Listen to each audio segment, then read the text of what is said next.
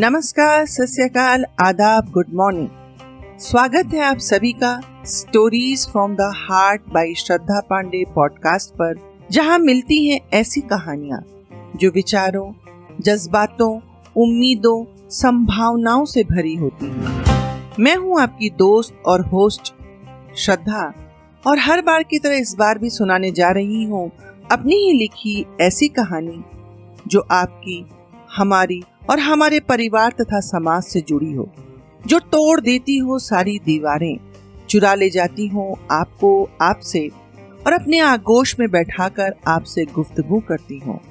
तो आइए उठाते हैं पर्दा अपनी नई कहानी से और सुनते हैं कहानी संख्या 17।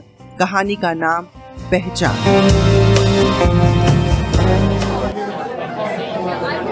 सभी लाइन में खड़े आदमियों के हाथ में कागज था, जिसे देखकर प्रभु ने अपने आगे वाले से पूछा, ए भाई, ये सबके हाथ में कैसा कागज है?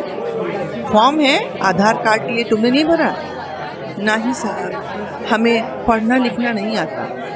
ओ अच्छा, तो तुम वहाँ चले जाओ, वो जो कोने में साहब बैठे हैं वे तुम्हारे लिए फॉर्म भर देंगे। कितना नेक काम कर रहे हैं, ऐसा सोचकर वह 1 घंटे से लगी लाइन से निकलकर चुपचाप उन बाबू के पास चला गया। लेकिन वहाँ भी लाइन लगी देखकर उसे अपने अशिक्षित होने का दुख कुछ कम हुआ। धीरे धीरे लाइन खिसकती जा रही थी और वह भी खिसकता हुआ गांव के बारे में सोच रहा था। काश थोड़ा पढ़ लिख लिया होता तो इस प्रकार दूसरों पर निर्भर तो न होना पड़ता। गांव के बारे में सोचते हुए उसकी आंखों के आगे 28 वर्ष पहले का दृश्य घूमने लगा। जब पहली बार वह गांव से शहर आया था, तब सीमा कितना फूट फूट कर रोई थी। वह समझाता रहा, देख कितना गरीबी में दिन बिताना पड़ रहा है रे। अब इतना रोएगी तो कैसे मैं शहर जा पाऊंगा? शहर जाके कुछ कमाऊंगा तो सोच, अपना मनोजवा पढ़ लिख लेगा तो कुछ बन जाएगा ना, फिर अपनी गरीबी खत्म। वो कुछ बोलती ही नहीं थी, बस आंखों में आंसू भरकर टुकुर टुकुर अपने पति को देखा करती थी। एक बार शहर आने के बाद पूरे 1 साल के बाद 3-4 दिन के लिए वो घर गया था। वहां जाकर पता चला कि जब से वो गांव से गया है, सीमा ने सिंदूर, बिंदी, काजल लगाना छोड़ ही दिया। गांव की बड़ी बूढ़ी उसे टोका करती थी, सुहागिनें भी कहीं ऐसे रहती हैं क्या? अरे सुहागिनों के पति हैं तो कम से कम काजल बिंदी तो लगाया कर। पति के जीते में काहे अब सगुन मना रही है रे? वह किसी को कोई जवाब नहीं देती। उसकी चुप्पी गांव वालों को गाली से कम नहीं लगती थी। हाँ, उसकी बड़ी भाभी कई बार कह देती थी, देख अगर हमरे देवर को कुछ हो गया, कुछ ऊंच नीच हो गया तो तू ही जिम्मेदार होगी, जो तू ऐसी विधवा के समान घूम रही है। किसी से कुछ न बोलने के कारण उसका दुख न जाने कब नासूर बन गया, पता ही नहीं चला। 1-2 साल तक वापस लौट आने का वादा करके आए प्रभु को शहर ने ऐसा बांधा कि पूरे 28 वर्ष बीत गए। बराबर अंतराल पर वो घर जाया करता था, पर सीमा कभी कुछ नहीं कहती। हाँ, गांव वाले उसकी चुप्पी, उसके न सजने संवरने की शिकायत जरूर किया करते थे, पर वो कभी समझ ही नहीं पाया कि बेजुबान सी सीमा से कैसे लोगों को इतनी शिकायत हो सकती है। शायद लोगों को उसके चुप रहने से तकलीफ थी। वे लोग चाहते थे कि वो रोए, शिकायतें करे, अपनी जिंदगी को कोसे, पर सीमा थी कि उसने ऐसी चुप्पी साधी कि दिल में घाव बन गया और 43-44 के होते होते एक दिन चुपचाप सभी को छोड़कर इस संसार से ही चली गई। जमीन पर पड़ा उसका ठंडा शरीर मानो चिढ़ा चिढ़ा कर प्रभु से कह रहा था, अब समय मिल गया ना तुम्हें? इसी दिन का इंतजार कर रहे थे ना तुम? मेरा इंतजार खत्म, अब तुम करो इंतजार। फॉर्म लाओ। सुनकर वो चौंक पड़ा, बोला, फार्म का होता है? तुम्हें फॉर्म भी नहीं पता? अच्छा 100 रुपए निकालो। हाँ 100 रुपए? हाँ क्यों, क्या 100 रुपए भी नहीं लाए? सरकार, हमारे पास कुल 80 रुपए हैं। अच्छा लाओ 80 ही दो, और जल्दी जल्दी नाम, पता, उम्र और गांव का नाम बताओ। जी? अब जी क्या? नाम बताओ। नाम गार्ड भैया। गार्ड भैया, ये भी कोई नाम होता है? वहाँ खड़े सभी लोग हंसने लगे। वो झेप गया और झेप कर बोला कि का है कि ना भाई, पिछले 27-28 साल से अपना यह नाम सुनते सुनते गार्ड भैया, मैं तो अपना नाम ही भूल गया हूँ। सचमुच इतने वर्ष में वो भूल चुका था कि उसका कोई नाम भी है। जब से शहर आया तब से बिल्डिंग में गार्ड की नौकरी करता आया और तभी से जो गार्ड भैया बना तो बस गार्ड भैया ही बना रह गया। हाँ, कभी कभार जब गांव जाता था तो सीमा मोहन के बाबूजी जरूर कहा करती थी। उसकी मृत्यु के बाद ये पहचान भी समाप्त हो गई। बाबूजी बचपन में ही साथ छोड़ गए और अम्मा तो बस लाल ही कहा करती थी। उसे चिंता में डूबा देखकर फॉर्म भरने वाले बाबू ने कहा, भले इंसान हो तुम, तुम्हें अपना नाम तक याद नहीं? जी 1 मिनट रुक जाइए, मैं बताता हूँ। मेरा नाम है प्रभुदयाल। हाँ, प्रभुदयाल। जी साहब, प्रभुदयाल ही मेरा नाम है। गांव का नाम या वह भी भूल गए? नहीं साहब, वह कैसे भूल सकता हूँ। गांव का नाम है सोनारिया, जिला देवल। उम्र भी यही कोई 48 साल। यही 48 साल? ये लिखने से काम नहीं चलेगा, ठीक बताओ। नहीं पता सरकार। तो 48 लिख दूं? लिख दीजिए सरकार। पत्नी का नाम? जी वो तो स्वर्गवासी हो चुकी है। Oh sorry.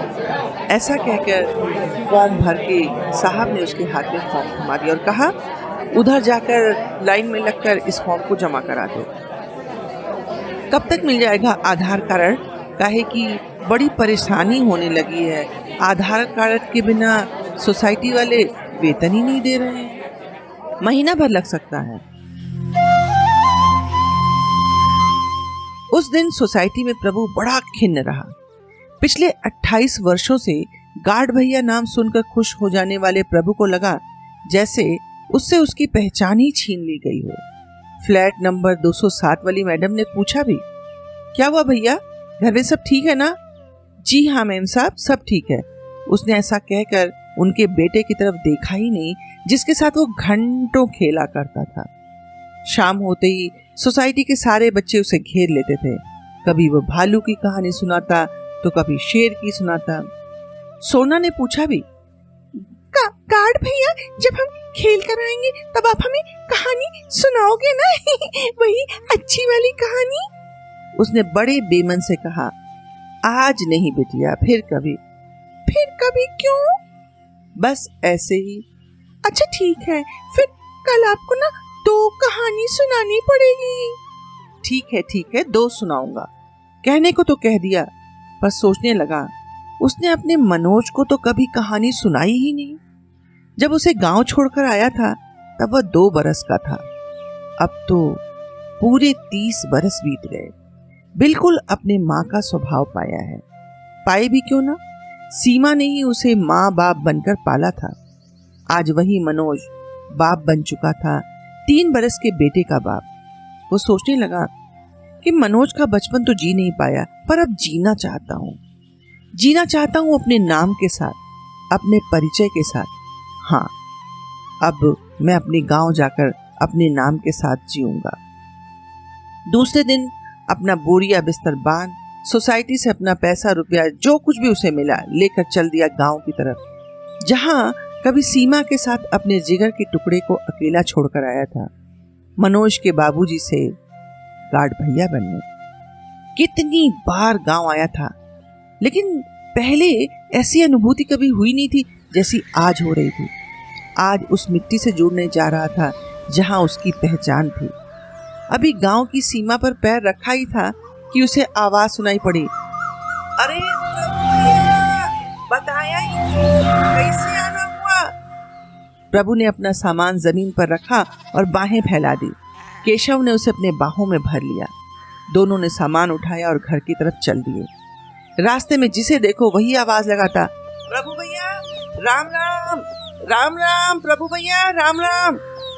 आज न जाने क्यों अपना नाम सुनकर उसे जो अनुभूति हो रही थी वैसी अनुभूति पहले कभी हुई नहीं। सबको आवाज देता हुआ जब घर पहुंचा तो बहू बेटे ने उसे अचानक देखा तो घबरा गए।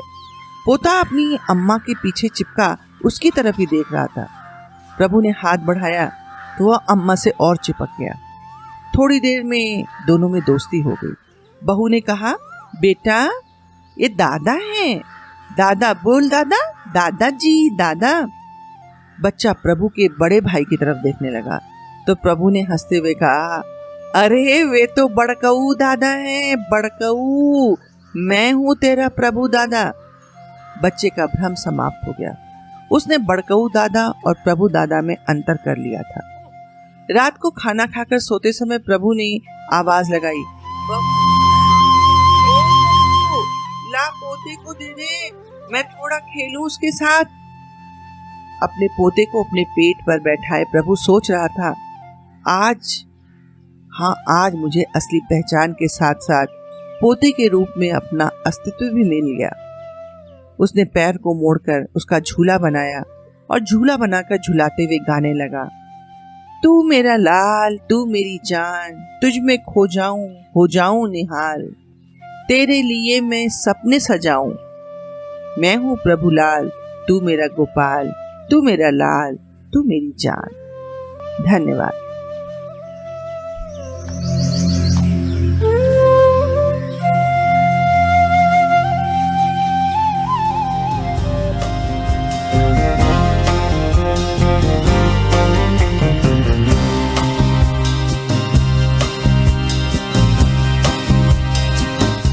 सचमुच कितने ही लोग शहर इस उम्मीद से आते हैं कि शहर में पैसा कमाकर वापस गांव चले जाएंगे, अपनी जमीन से जुड़ेंगे, पर शहर की सड़क कभी गांव की तरफ नहीं मुड़ती, इसीलिए शायद ही कोई लौट पाया। शहरी माया जाल में फंसा आदमी तड़पता तो रहता है पर निकल नहीं पाता। जो निकल जाता है या निकल जाने का प्रयास करता है वह सच्चे अर्थों में जी जाता है, वरना कोल्हू के बैल की तरह निरंतर गोल गोल घूमता जीवन के अंतिम पड़ाव पर अपने खाली हाथों को देख सिर्फ पछताता रहता है। अगर आपको मेरी कहानी पसंद आई हो तो आप सभी से अनुरोध है कि stories from the heart by Shraddha Pandey को अगर स्पॉटिफाई पे सुन रहे हैं तो प्लीज फॉलो कीजिए।